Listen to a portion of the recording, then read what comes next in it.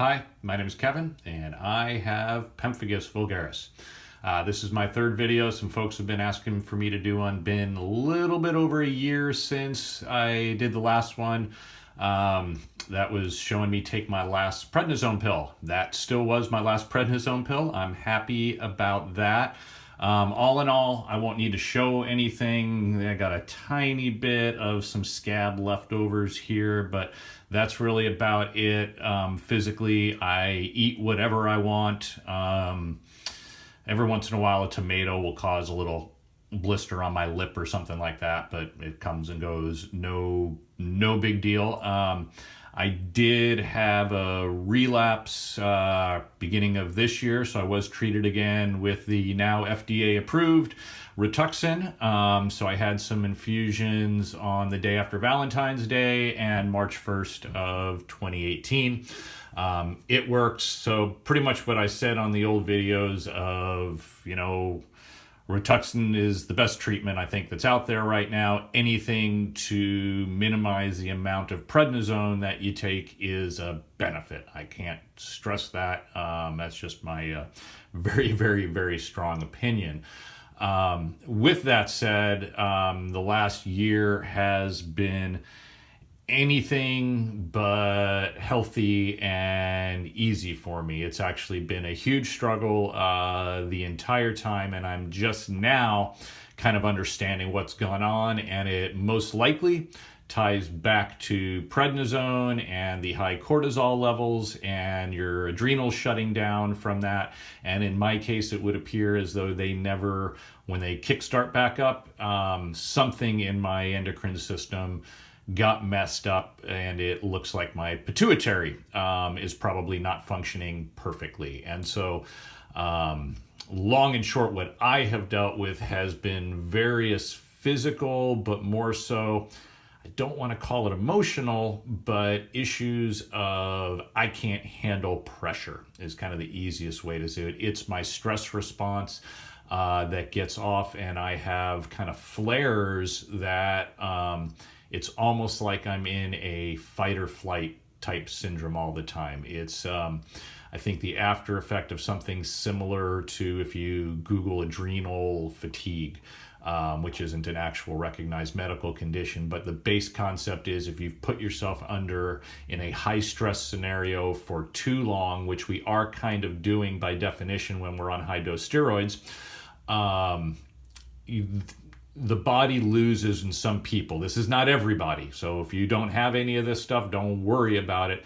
But the body can kind of lose its ability to handle its stress response. And so I deal with at times insane sorts of, it almost seems like depression, anxiety. I'm just on the verge. And then physical things. I've had some extreme light sensitivities, changes to my bowel movements, different types of abdominal pains, headaches, eye pressure, a lot of different things. It all, in my case, has come down to when I'm under the gun too much. So for the last over a year, I've gone through cycles of I have a collapse or an emotional flare of this stress flare, whatever you want to call it. I will mellow out. In my case, it's usually my work schedule. I have a very kind of high pressure job. And I'll add exercise, and then I'll feel good. I'll take on a bunch of work. I'll be okay for a little while. I'll crash. Repeat cycle. If you have any of these things, here's my main message. Follow your heart. Trust what you feel. I have been on I've become Dr. Google. I've had to. I am my own advocate, and as soon as you are not something that's just a dictionary definition of an ailment that can be diagnosed, you have to advocate for yourself or have somebody to do it, because the medical community, it's not that all doctors are evil, but they're not set up to do it. And so I've been having to understand what's going on and have been on a large kind of medical spiritual journey to understand what I've got. And so I'm still working through that, but my main message is if you're having some strange things, get lab work done, understand where your hormonal levels are for all the things that come out of the adrenals, the pituitary, the I'm forgetting the name of the thyroid. So I'm going to be monitoring my hormonal levels, which were all now on the low end of normal for cortisol, T3, T4, prolactin, a whole bunch. There's a battery of them, of different hormones that can be tested in the blood, because if you're low on these things like I am, even though it's technically normal, it can have a big impact on you, as well as this moderation thing. Probably not explaining it well enough. As you can see, if you leave me a question on a comment, I'll get back to you. But my best message out there is, look, the treatment exists, the Rituxan works. It should be easier to get now if you're in the US. It's FDA approved.